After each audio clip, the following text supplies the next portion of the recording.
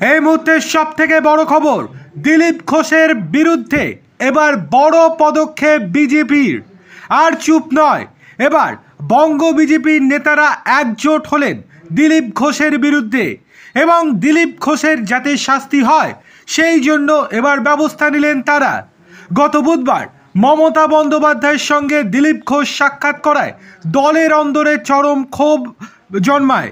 তাকে দল থেকে বহিষ্কার করা হোক এমনই ইঙ্গিতবহ পোস্ট করলেন বিজেপি নেতা ও রাজ্যসভার প্রাক্তন এমপি স্বপন দাশগুপ্ত।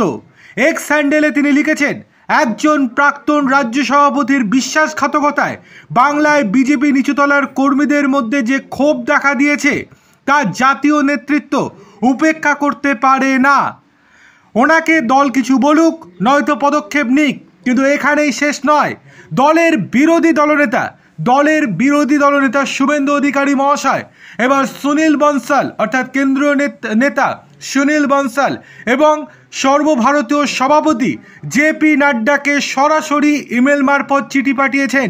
সেই চিঠিতে উল্লেখ করা হয়েছে দিলীপ ঘোষ বিজেপির জন্য একটা বড় সড়ো বাধা হয়ে দাঁড়াচ্ছে। বিজেপির নিচুতলার কর্মীরা দিলীপ ঘোষের জন্য বিজেপিকে ভুল বুঝছে এবং যেভাবে দলের মধ্যে অশান্তির বাতাবরণ তৈরি করছে দিলীপ ঘোষ, সেটা কাম্য নয়। এভাবে যদি চলতে থাকে তাহলে সুদূর ভবিষ্যতে অনেক সমস্যার সম্মুখীন হতে হবে বঙ্গ বিজেপিকে।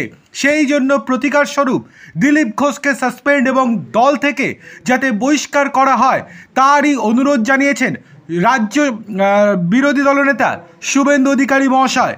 দেখার বিষয় এই যে জেপি নাড্ডা এবার দিলীপ ঘোষকে সাসপেন্ড এবং বিজেপি থেকে তাড়িয়ে দেন কিনা।